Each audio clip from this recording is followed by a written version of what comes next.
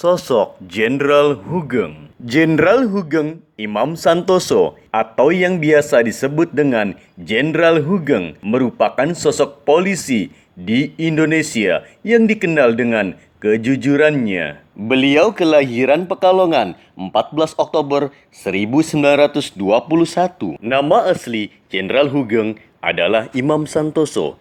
Nama ini merupakan nama pemberian sang ayah. Sewaktu kecil, Hugeng kerap dipanggil dengan nama Bugel atau Gemuk. Namun nama tersebut kemudian menjadi Bugeng hingga kemudian berubah menjadi Hugeng. Jenderal Hugeng menempuh pendidikan di Sekolah Dasar Bumi Putra atau HIS dan Mulo Setara SMP di Pekalongan. Kemudian beliau belajar di AMS Setara SMA di Yogyakarta. Beliau juga melanjutkan pendidikan ke RHS Sekolah Tinggi Hukum di Batavia. Selanjutnya, Jenderal Hugeng masuk ke Perguruan Tinggi Ilmu Kepolisian atau PTIK.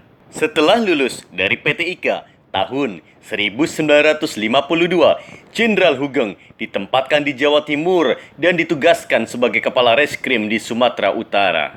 Ketika awal menjabat, Jenderal Hugeng mendapat banyak sambutan unik, seperti rumah pribadi dan mobil yang telah disediakan oleh beberapa cukong judi. Namun, Jenderal Hugeng menolak hadiah itu dan memilih tinggal di hotel sebelum mendapatkan rumah dinas. Usai mendapat rumah dinas, rumah tersebut dipenuhi dengan berbagai perabot pemberian tukang suap yang kemudian dikeluarkannya secara paksa dari dalam rumah dan diletakkan di pinggir jalan.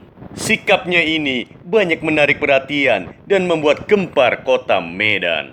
Selesai bertugas di Medan, Jenderal Hugeng ditunjuk Presiden Soekarno untuk menjadi Direktur Jenderal Dirjen Imigrasi. Saat itulah ia kemudian meminta istrinya, Ibu Mary, untuk menutup toko bunga miliknya. Saat sang istri bertanya apa alasannya, Jenderal Hugeng menjelaskan bahwa ia khawatir nantinya segala yang berurusan dengan imigrasi akan memesan bunga pada toko bunga milik sang istri.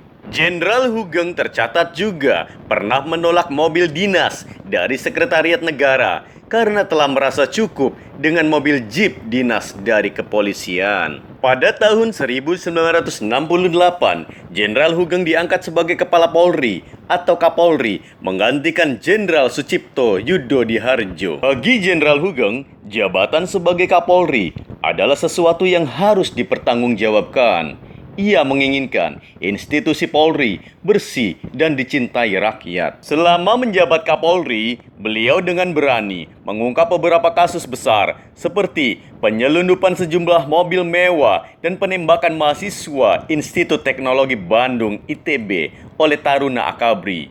Jenderal Hugeng juga berhasil mengungkap kasus asusila kepada pedagang telur di Yogyakarta yang kemudian populer dengan nama kasus Sum Kuning. Selama hidupnya, Jenderal Hugeng selalu menanamkan sikap jujur. Jabatan Kapolri di era Orde Baru sama sekali tidak melunturkan prinsipnya. Beliau tidak mau menerima sesuatu atau barang yang bukan berasal dari gajinya sebagai polisi. Meski menjabat Kapolri, beliau juga sama sekali tidak pernah melakukan praktik nepotisme.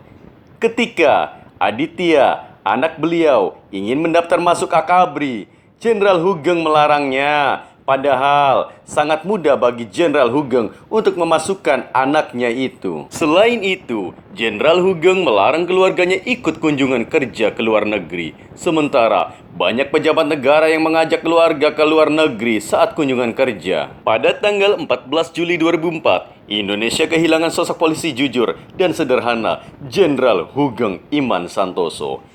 Mantan Kepala Kepolisian RI periode 1968 sampai 1971 itu mengembuskan napas terakhirnya pada usia 83 tahun akibat sakit stroke. Sebelum wafat, Jenderal Hugeng sempat dirawat di Rumah Sakit Cipto Mangunkusumo. Kabar meninggalnya Jenderal Hugeng membuat banyak orang berduka. Sejumlah petinggi Polri serta tokoh nasional melayat ke rumah duka di Pesona Kayangan, Depok, Jawa Barat. Kata-kata yang terkenal dari Jenderal Hugeng adalah, baik menjadi orang penting, tapi lebih penting menjadi orang baik. Selesaikan tugas dengan kejujuran, karena kita masih bisa makan nasi dengan garam. Demikian sedikit kisah Jenderal Hugeng Iman Santoso. Semoga keteladanan beliau bisa menjadi inspiratif kita semua.